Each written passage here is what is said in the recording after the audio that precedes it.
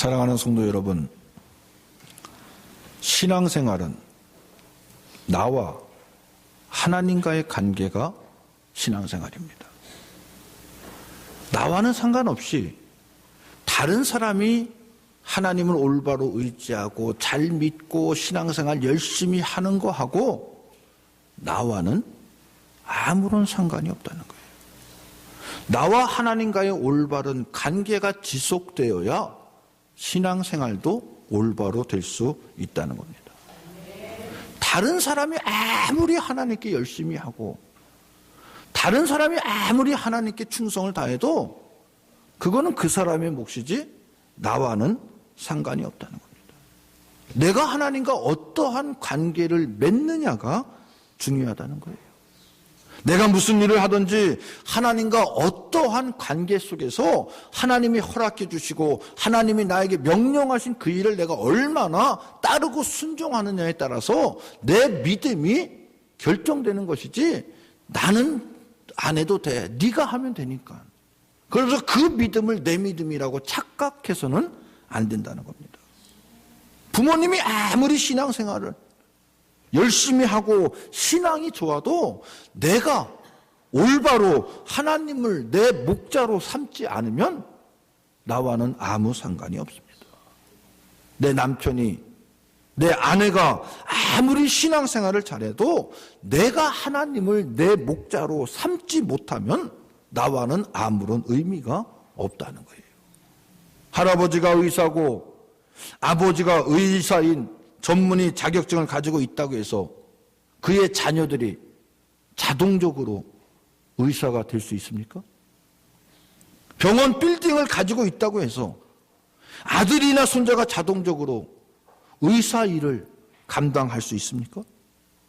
하지만 의사 될 가능성은 열려 있다는 거죠. 그러나 현실적으로 의사가 되기 위해서는 그만큼 땀을 흘리고 공부를 해서 졸업을 하고 의사 시험에 합격해야 의사의 직을 감당할 수 있는 것 아닙니까? 어떤 분은 자기 아내를 너무너무 사랑하기 때문에 아내가 교회 나가는 것을 반대하지 않습니다. 또 아내의 신앙생활을 돕기 위해서 주일이면은 매일같이 아내를 승용차로 교회에다 태워다 주고 예배가 끝날 때까지 차 안에서 기다리는 아주 착한 남편이 있습니다. 그렇다고 해서 나중에 아내의 치맛자락을 붙잡고 천국에 들어갈 수 있는 것 결코 아니라는 거죠. 여러분, 어떤 사람이 하나님을 목자로 삼을 수 있을까요? 어떤 사람이 하나님이 나의 목자입니다라고 고백하면서 살아갈 수 있을까요? 저는 겸손한 사람이 하나님을 나의 목자로 삼을 수 있다고 말할 수 있습니다. 우리 마음속에 아주 조그만한 교만이라도 있으면 결코 하나님을 나의 목자로 삼을 수 없습니다. 내가 누군데? 이름에도 내가 누군데? 내가 얼만큼 공부를 했는데, 내가 가진 게 얼만데, 내가 지금 지위가 어느 정도인데, 내 관직이 어느 정도인데, 나를 무시해?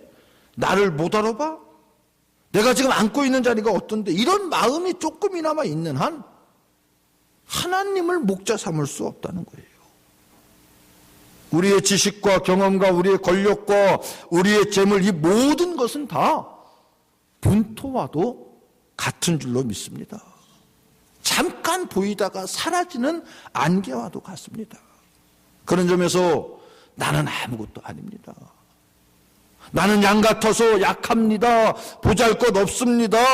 아무것도 아닙니다라고 두 손 들고 하나님 앞에 나오는 사람만이 하나님을 진정한 나의 목자로 삼게 되는 줄로 믿습니다.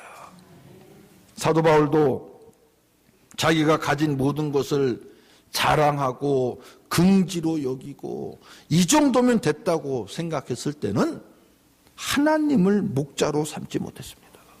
그러나 그 세상의 모든 것, 자기가 자랑스럽게 여기던 것, 8일 만에 할례를 받고 로마 시민권을 가지고 있는 것, 그 모든 것들을 분토처럼 여기는 순간 바로 그 순간에 하나님을 목자로 삼고 평생 복 있는 삶, 하나님과 함께하는 삶, 주님의 귀한 일꾼으로 삶을 산 바울이 된 줄로 믿습니다.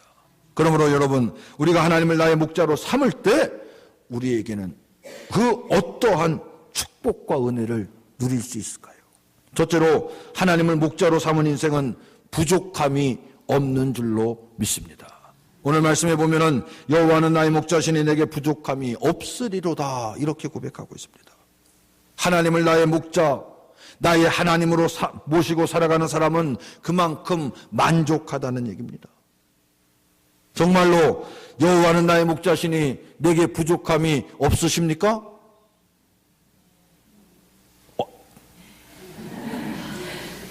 아멘이 안 나누고 보면은 목자로 삼긴 삼는데 어딘가 모르게 부족함을 느낀다는 얘기겠죠? 그죠?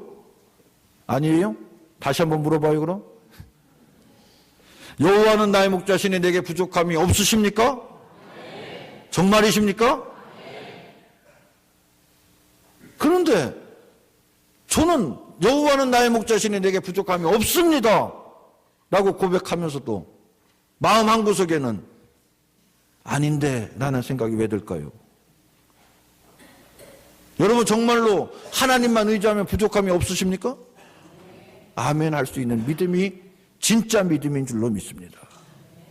그런데 우리는 그렇지 않잖아요.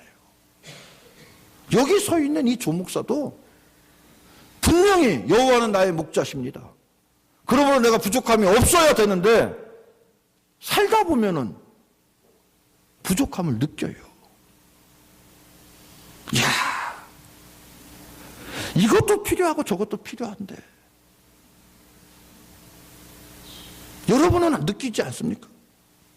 하나님이 나의 목자이시니 내가 부족함이 없으리라고 암송하고 찬양을 하면서도 마음속 한구석에는 아닌데 부족한 게 있는데 이것도 좀 있어야 되고 저것도 좀 있어야 되는데 라고 생각이 들지 않습니까?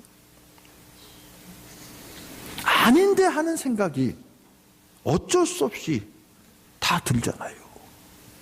정말로 나의 목자이기 때문에 내가 부족함이 없다고 고백하는 성도 하나님이 인정해 주시는 믿음인 줄로 믿습니다. 그렇게 살아야 됩니다. 그러한 마음으로 그러한 믿음으로 고백하면서 우리는 절단코 부족함이 없음을 고백하면서 날마다 믿음으로 승리하며 나가야 될 줄로 믿습니다. 그런데 살다 보면은 부족함을 느낀다는 거예요. 왜? 세상에 만족함을 갖고 사는 사람이 얼마나 될까요? 여러분, 공부를 많이 한 사람에게 당신은 만족하십니까? 물어보면 뭐라고 대답할 것 같아요? 여러분 학창시절에 그때 내가 왜 좀만 더 열심히 공부하지 않았을까라고 후회들 하시죠? 후회를 안 해요? 열심히 다 하셨습니까? 이게 반응이 와야 뭐 이렇게 되는지. 근데 후회를 안 할 만큼 열심히 공부해서 박사 학위가 한 3-4개 되고 그냥 많은 사람들이 저분하면은 뭐 박사고 종합사전이고 모르는 게 없다고 인정받는 사람에게 물어보시오. 아우 열심히 그만큼 공부하셔서 지식이 그만큼 특출하시니까 많은 사람들한테 존경받고 참 좋으시겠습니다. 더 이상 공부하지 않으셔도 되겠습니다. 물어보면은 그 사람이 그거 인지 알았냐고. 나는 더 이상 배울 게 없다고 공부할 게 없다고 얘기할 것 같습니까? 아닙니다. 그래도 저는 부족합니다. 더 공부해야 됩니다라고 얘기하죠. 권력이 있는 사람들한테 물어보세요. 지금의 그 권력으로 만족하십니까? 네, 나는 만족합니다. 더 이상 바라지 않습니다라고 얘기하는 분 얼마나 될까요? 또 육신의 향락을 즐기는 사람한테 물어보세요. 행복하십니까? 그러면 더 큰 향락을 위해서 지금 만족하지 못하다고 얘기합니다. 왜 그럴까요? 다른 사람들이 보기에는 저 정도면 충분할 것 같아. 저 정도면 만족할 것 같아. 그런데 다들 만족을 못한다는 거예요. 사람이 세상의 것을 얻으면 얻을수록, 가지면 가질수록, 누리면 누릴수록 감사해야 되고 만족해야 함에도 불구하고 더 누리고 싶고 더 가지고 싶고 더 얻고 싶어서 목말라 한다는 겁니다. 과학기술이 발달하고 많은 최신 제품들이 쏟아져 나오지만 그렇다고 그런 것들을 가지고 만족합니까? 수십만 원, 수백만 원 하는 옷과 신발을 사고도 만족하지 못해서 또 사는 것 아닙니까? 그러면서 거기에 점점 노예가 되어갑니다. 사람도 동물에 속하지만 우리는 짐승이 갖지 못한 영혼을 가지고 있잖아요. 짐승은 본래 본능에 충족하여 세상적인 것에 배부르면 되지만 사람은 그것으로 만족하지 못합니다. 영원히 만족해야 참 만족을 느끼게 되는 줄로 믿습니다. 근데 그 영혼이 누가 허락해 주신 거예요? 그 영혼의 만족은 누구한테 찾아야 됩니까? 세상 것에서 찾을 수 있습니까? 우리의 영혼의 만족은 하나님과 함께 하나님께서 허락해 주셔야 내 영혼의 만족함이 채워지게 되는 줄로 믿습니다. 그래서 성 어거스틴은 세상 쾌락에 빠져 살다가 하나님을 목자로 삼은 다음에 쓴 책이 고백입니다. 그 책의 첫 줄에 하나님이요 당신은 당신을 위하여 우리를 지으셨기 때문에 우리가 당신의 품에 안기기 전에는 참 만족도 평화도 없습니다라고 고백하고 있어요. 그는 세상적인 것에 만족함을 누리며 살았습니다. 그러나 거기서 만족을 누리지 못하다가 하나님을 목자로 삼는 순간에 영혼의 참 만족을 깨닫게 되었다고 지금 고백하고 있는 겁니다. 입으로는 하나님이 목자시고 그러면 전혀 부족함이 없다고 말하지만 가슴에는 하나님이 주인이 아니라 내가 주인이 되어 있는 거예요. 그래서 하나님이 나의 목자시고 하나님이 나의 목자일 때 내가 부족함이 없습니다라고 입술로는 고백하지만 마음 한구석에는 하나님이 주인이 되지 않아. 내가 주인이에요. 그래서 내 생각, 내 계획, 내 욕심을 앞세우며 내 뜻대로 내 마음대로 하고 싶었다는 겁니다. 하나님이 나의 목자이라고 주인이라고 고백하면서 하나님이 내 삶의 주인이 아니라 일주일에 한 번 그저 주일날 예배당에 와서 만나는 손님밖에는 되지 않는다는 겁니다. 사랑하는 성도 여러분, 주님께서 이제부터 우리들의 삶의 중심에 나를 내려놓고 하나님을 중심에 모시고 살기를 원하고 바라고 계시는 줄로 믿습니다. 그럴 때 우리 배에서 생수가 흘러넘치는 만족한 축복의 생활을 하게 될 줄로 믿으시기를 주님의 이름으로 축원합니다. 두 번째로 하나님을 목자로 삼은 인생은 쉴만한 곳으로 인도해 주신다는 겁니다. 그가 나를 푸른 풀밭에 누이시며 쉴만한 물가로 인도하시는도다. 이렇게 고백하고 있습니다. 하나님을 목자로 삼을 때 우리 안에 참 평화가 임하게 될 줄로 믿습니다. 하나님을 내가 목자 삼을 때 참 안식이 우리에게 허락되어지는 줄로 믿습니다. 푸른 풀밭, 쉴만한 물가라는 말이 무슨 얘기예요? 양들에게 있어서 하루하루 살아가는데 필요한 양식을 공급받는 것이 바로 초장입니다. 그런데 아무리 넓고 풀이 무성해도 하루 한 끼 먹을 양식에 만족하는 게 양이랍니다. 아무리 물이 많이 흘러내려가도 갈증을 채우는 한 모금의 기쁨이 있고 행복만 느끼면 되는 게 바로 양이라는 겁니다. 여러분, 시장이 반찬이다라는 말 많이 하고 또 들어보셨죠? 배가 고파 봐야 음식이 귀한 것을 압니다. 집을 나가 봐야 가정이 소중함을 깨달을 수 있습니다. 며칠을 굶어 봐야 아무거나 맛있게 먹습니다. 그런데 요즘 부모들 어때요? 자녀가 한 끼라도 안 먹으면 큰일 나는 것처럼 생각해서 벌벌벌벌 거리면서 그냥 쫓아다니면서 떠먹이잖아요. 전 그거 참 못마땅해요. 자기가 배고프면 와서 먹겠지. 그걸 뭘 떠다 주고 그냥 가끔씩 우리 막내 지금 없죠. 제가 아침에 학교 가다 보면 정신 없어요, 그냥. 6시 반에 일어나서 닦고 7시 반까지 나가서 차를 타야 되니까. 그러면은 머리 말리고 막 얼굴 치장하는데 사모님이라는 분이 밥 해가지고 그 화장대 앞에다 갖다 줘요. 떠먹여주지는 않더라고, 그래도. 자기가 배고프면 와서 먹겠지. 저는 그거 별로예요. 집 나가면은 집이 소중한 걸 그때서야 깨닫는 거 아닙니까? 며칠을 굶어봐야 아무거나 맛있게 먹을 수 있다는 거예요. 여러분, 금식기도 며칠간이나 해보셨어요? 저는 금식기도는 못해요. 아주 공부하는 겁니다. 괜히 금식기도 가자고 저한테 얘기하지 마세요. 저는 배가 고프면 짜증이 나고 배가 고프면 잠이 안 오는 사람이라 금식기도는 못해요. 그걸 언제 느꼈냐? 대학교 1학년 때. 신학교 들어갔으니까 이제 신학생들하고 친구들하고 야, 그래도 우리가 신학생이 됐는데 금식기도는 한번 해봐야 되지 않겠냐?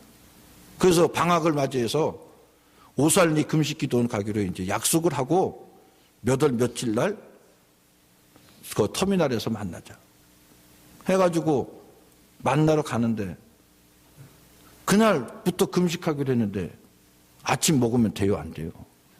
네, 안 되잖아요. 그래서 아침 굶고 서울까지 갔는데 그 대학교 때 얼마나 왕성하게 먹던 시절이에요. 처음으로 이제 한 끼를 굶어본 거예요. 내 의지로 어쩔 수 없이 굶는 건 많았지만 내 의지로 내가 금식할래, 안 먹을래. 그리고 내가 의지로 안 먹고 나서 터미널 가니까 한 끼를 굶었는데도 이게 장난이 아니에요. 여기서만 꼬르륵 소리 나고 그냥 보이는 거 쏙 먹을 것뿐이야. 안 보이는 거예요. 그리고 주머니에 어느 정도 돈이 있으면 배고픈 것도 좀 참고 이길 수 있어요. 나한테 돈이 있는데 언제든지 먹을 수 있다는 생각에. 근데 그때는 또 주머니에 별로 그렇게 여유돈이 없으니까 먹고 싶은 게 왜 그렇게 많은지, 여유가 없으면 또 먹고 싶은 게 많아지더라고요. 그런데도 약속을 했으니까 이제 참은 거예요. 터미널에 친구들하고 모여서 야, 너 먹었어 안 먹었어? 다 안 먹었다지. 먹었다는 사람 한 사람도 없어요. 그 표를 끊고 이제 시간이 좀 남아서 기다리는데 쓰레기통에 보니까 누가 그 아까운 밥을 버리는 거예요, 거기다. 김밥 같은 거 있잖아요. 터미널에서 하는 거.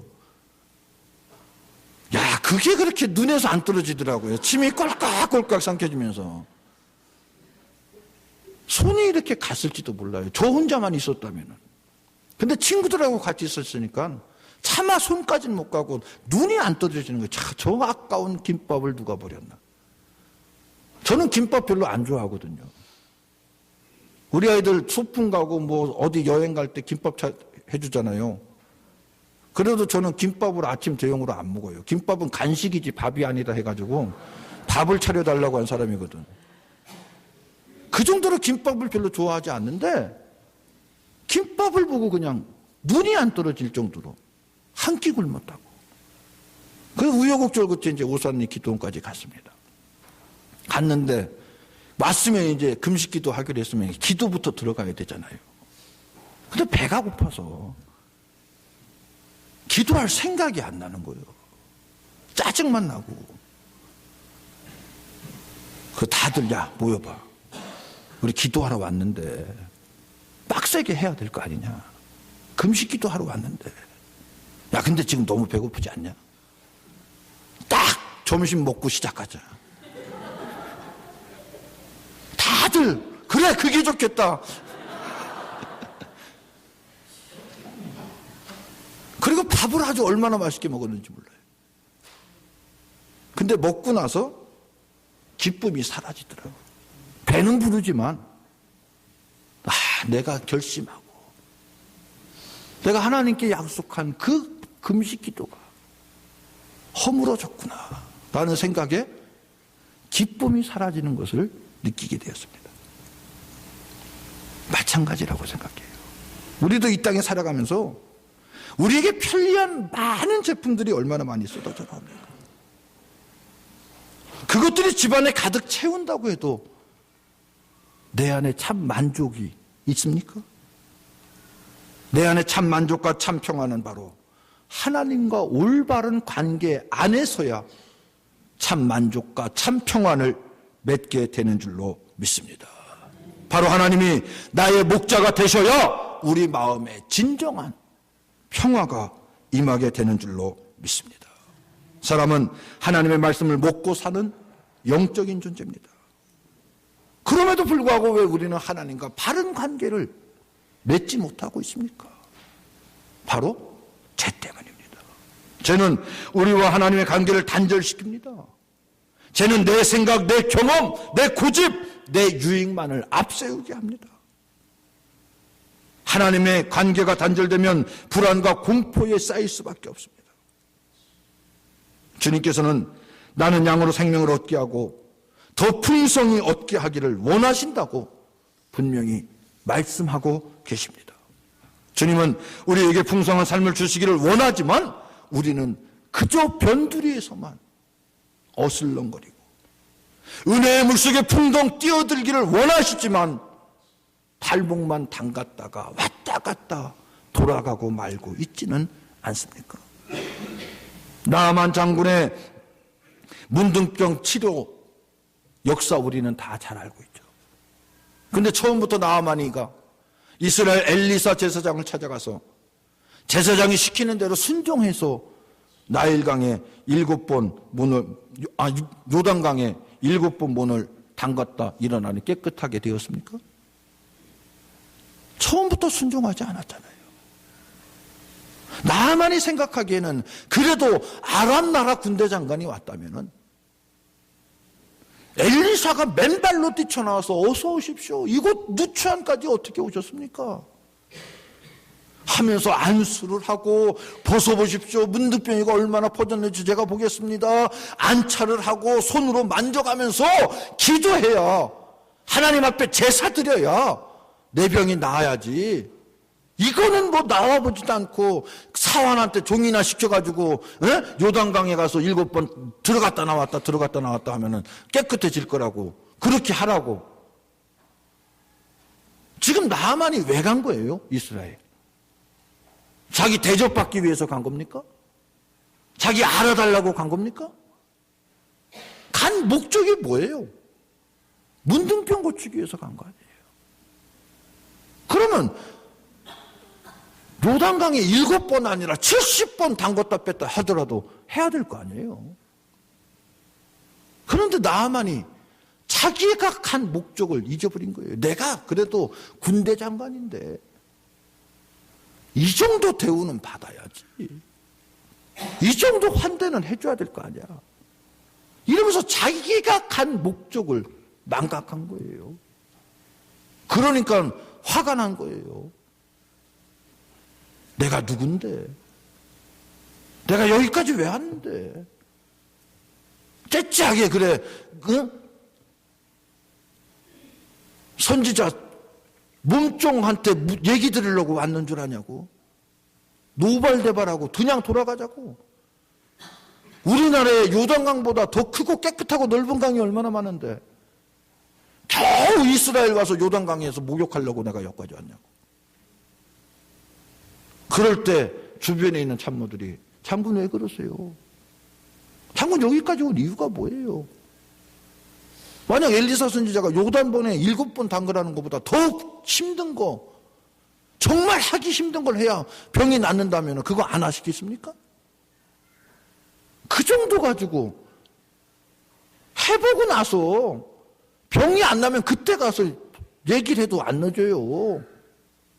일단 하라는 대로 하세요 라고 얘기했을 때 나아만이 순종하고 요단강에 들어갔을 때 어떻게 되었습니까? 문둥병이 깨끗이 나은 줄로 믿습니다. 사랑하는 성도 여러분, 마음을 열고 아멘으로 순종하는 것이 얼마나 귀한 축복이며 하늘의 평안과 기쁨을 누리는 비결인지 깨닫는 우리 모두가 되시기를 주님의 이름으로 부탁을 드립니다.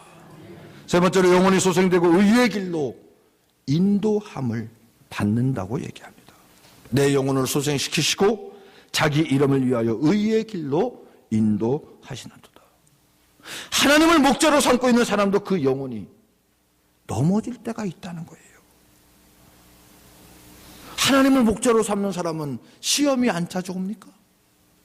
하나님을 목자로 삼고 사는 사람은 근심이 없습니까? 하나님을 목자로 삼고 사는 사람도 시험이 오고 근심이 오고 걱정거리가 올 수 있다는 거예요. 그럼 사람이 낙심하고 넘어질 때가 언제일 것 같아요? 바로 꿈이 꺾일 때 근심되고 낙심되고 넘어질 수밖에 없다는 겁니다. 나는 이게 하고 싶은데 능력이 안 됩니다. 내가 이걸 열심히 하면은 분명히 되리라고 믿었는데 생각지도 못한 엉뚱한 데서 문제가 터져서 그 일을 못하게 되고 가로막혀서 아무것도 진행해 나갈 수 없을 때 좌절할 수밖에 없고 실망할 수밖에 없습니다. 낙심이 되고 그냥 그 자리에 덜썩 주저앉을 수밖에 없습니다. 근데 양들은 흔히 길을 가다가 또는 초장에서 놀다가 잘 넘어진다는 거예요. 왜? 뚱뚱한 몸집에 비해서 다리가 너무 약하기 때문에. 그리고 양의 몸이 지나치게 비대해지면 넘어진다는 거예요. 양의 다리는 가는데 몸이 비대해지면 위가 너무 무거우니까 걷다가 돌멩이 하나에 툭 걸려도 넘어지고 중심을 잃고 마는 게 양이랍니다. 그리고 양은 넘어지면 혼자 일어나지 못한답니다. 그래서 넘어져서 다리를 허공을 향하여 호우적거리다가 기진맥진해서 그만 죽어버리는 양들도 많이 있다는 거예요. 그러므로 양에게 목자가 꼭 있어야 양이 넘어지면 일으켜 세워줄 수 있다는 겁니다. 우리도 마찬가지일 거예요. 우리도 넘어지면 스스로 일어나는 사람도 있지만 스스로 일어나지 못하는 사람들이 얼마나 많습니까? 교회에서 신앙생활 하는 데 있어서 가장 무서운 마귀가 무슨 마귀일 것 같아요? 바로 섭섭마귀랍니다. 나는 이렇게 했는데, 내가 열심히 했는데, 최선을 다했는데 왜 목사님이 인정 안 해줘? 내가 인사했는데 목사님이 왜 받지도 않아? 못 받으니까 못 받죠. 제가 받는데도 못 받는 사람이 안 받는 사람입니까? 저는 인사만큼은 아주 철저하게 해요. 제가 언젠가 말씀드렸잖아요. 저희 우리 아버님 어머님도 계신데 평택으로 아버님 어머님이 목회를 하러 가셔서 저도 어쩔 수 없이 전학을 가게 됐잖아요. 근데 저도 이제 어느 정도 여러분들 다 파악하고 우리 애들도 성도님들 다 파악했을 텐데 처음에 가면은 여러분들은 저 한눈에 다 알아보잖아요. 우리 애들도 아, 제 목사님 딸이야, 제 큰애야, 둘째야, 셋째야 이렇게 알아보는데 우리 애들이 성도님들 다 알아보는 게 쉬워요? 쉽지 않아요? 힘들어요. 근데 평택제일교회는 또 교인 수가 또 한 꽤 돼 있어가지고 그때 당시만 해도 한 700~800명 제가 고등학교 때 됐으니까 눈이 1600개가 왔다 갔다 하는 거예요. 평택 시내에. 그럼 나는 누군지 내가 어떻게 알아요?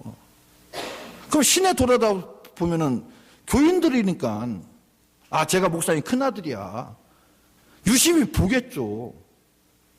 근데 저는 그때만 해도 성격이 워낙 깔끔해서 지나가는 사람이 날 쳐다보면은 이게 고개를 못 돌려요. 그냥 같이 이렇게 끝까지 이렇게 째려보면서 오는 거예요. 왜 쳐다볼까? 괜히 나를 왜 쳐다볼까? 째려볼까? 이렇게 생각이 드는 거죠. 그래서 끝까지 고개를 같이 이제 그러면 이제 집에 오면은 저희 어머님이 야, 너는 교인을 만나면 인사를 해야지 왜 눈을 그렇게 째려보고 다니냐. 그러면 아, 내가 누군지 알아야 인사를 하죠. 그다음부터는 제가 아버지 엄마 목회하는데 도와주는 것 중에 하나가 인사하는 거다. 그래서 무조건 내가 알건 모르건 나만 쳐다본다 싶으면 안녕하세요, 안녕하세요. 그 인사만큼은 내가 제일 잘해요. 근데 섭섭마귀가 될 때는 그것까지도 섭섭하다는 거예요. 왜 내가 인사했는데 목사님 받지도 않아? 사모님한테 물어봤는데 대꾸도 안 해줘. 왜 무시해? 장로님이 나 칭찬 한마디 좀 어디 뒀나? 수고했다고 해주면 뒀나? 권사님이 좀 격려해주면 어디 뒀나? 집사님 한 번 들면은 별의별 것까지 다 섭섭함이 뭉쳐든다는 거예요. 지나고 나면 별거 아닌데 내 안에 섭섭마귀가 들어왔을 때는 정말로 평상시엔 그냥 지나갈 수 있는 것까지도 섭섭한 거예요. 그러다 보면은 교회에 대해서 점점 믿음이 시들어질 수밖에 없습니다. 점점 짜증이 나고 귀찮아집니다. 그러다 넘어진다는 거예요. 그럼 빨리 일어나면 좋은데 이렇게 세워달라고 끝까지 안 일어나는 사람들도 얼마나 많이 있습니까? 사랑하는 성도 여러분, 본인이 넘어졌다고 느꼈을 때 스스로 일어날 수 있도록 힘을 기르시는 우리 대동의 성도들이 되시기를 주님의 이름으로 축원합니다. 연합하여 선을 이루어야지. 나만 위해달라고 하면은 불법화음이 일어날 수밖에 없다는 겁니다. 또 하나는 양의 털이 너무 길어서 나뭇가지에 걸려서 잘 넘어진다는 거예요. 근데 이 양의 털을 해석하는 사람들은 취미 혹은 습관이라고도 해석합니다. 취미 자체가, 습관 자체가 잘못된 것 아닙니다. 죄는 아닙니다. 하지만 그것이 너무 길어지거나 깊어지다 보면 그것으로 인해서 넘어지는 경우가 있다는 거예요. 우리의 생활도 죄는 아니지만 취미나 습관이 너무 길어지고 깊어진 것이 있으면 잘라 버리실 수 있는 믿음의 결단을 할 수 있는 우리 모두가 되시기를 주님의 이름으로 축원합니다. 주님께서는 분명히 라오디아 교회를 향해서 내가 내 행위를 아노니 내 자체도 아니하고 내가 차지도 아니하고 뜨겁지도 아니하도다. 내가 차지도 뜨겁든지 하기를 원하노라. 내가 이같이 미지근하여 뜨겁지도 아니하고 차지도 아니하니 내 입에서 너를 토하여 버리리라. 이렇게 말씀하고 있습니다. 차든지 뜨겁든지 하라는 거예요. 이 말씀은 거짓과 불의에 대해서는 얼음같이 찰 수 있어야 되고 진리와 정의에 대해서는 불같이 뜨거워야 된다는 말씀인 줄로 믿습니다. 여러분, 하나님이 삶의 주인이고 목자인 사람은 하나님의 말씀을 기준으로 분명한 생각과 말과 행동을 하면서 살아가는 자가 하나님을 나의 목자로 삼은 자임을 믿고 고백하고 그와 같은 삶을 살아가는 우리 대동의 모든 성도들이 다 되시기를 주님의 이름으로 축원합니다. 마지막으로 하나님을 목자로 삼은 인생은 두려움이 없다는 겁니다. 내가 사망의 영점한 골짜기로 다닐지라도 해를 두려워하지 않는 것은 주께서 나와 함께 하심이라. 주의 지팡이와 막대기가 나를 안위하시나이다. 이렇게 고백하고 있습니다. 주의 지팡이는 바로 우리의 삶의 힘이 되어줘야 될 줄로 믿습니다. 주의 지팡이가 바로 우리의 삶의 방향을 인도하는 나침판이 되어줘야 될 줄로 믿습니다. 내가 사망의 영점한 골짜기를 다닐지라도 주의 지팡이와 막대기가 나를 안위하여 주신다고 고백할 수 있어야 될 줄로 믿습니다. 이러면 좋을까? 저러면 좋을까? 과연 어디로 가야 될까? 이 길일까 저 길일까 주저할 때 주의 지팡이가 우리를 인도해 주실 줄로 믿습니다. 어떻게 할 때? 깊이 기도하고 말씀을 묵상하며 주님의 뜻을 따르려고 애쓸 때 주의 지팡이가 우리를 인도해 주실 줄로 믿습니다. 여러분 분명히 기억하시기 바랍니다. 우리의 삶에 두려움과 불안이 몰아올 때 문제는 하나님이 나의 삶의 주인인가? 아니면 아직도 내가 내 삶의 주인 노릇을 하고 있는 거야? 아닌가? 먼저 분명하게 내 자신을 살펴볼 수 있기를 바랍니다. 그럴 때 하나님께서 능력의 손으로 우리를 감싸 안아주시고 우리를 붙잡아 주실 줄로 믿습니다. 그래서 하나님께서는 이사야 선지자를 통해서 두려워하지 말라, 내가 너와 함께함이라, 놀라지 말라, 나는 내 하나님이 됨이라, 내가 너를 굳세게 하리라, 참으로 나의 의로운 오른손으로 너를 붙들리라 말씀하고 계십니다.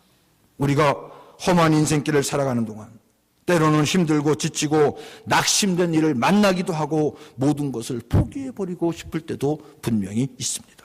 하지만 하나님이 나의 목자인 인생은 결코 부족함이 없는 줄로 믿습니다.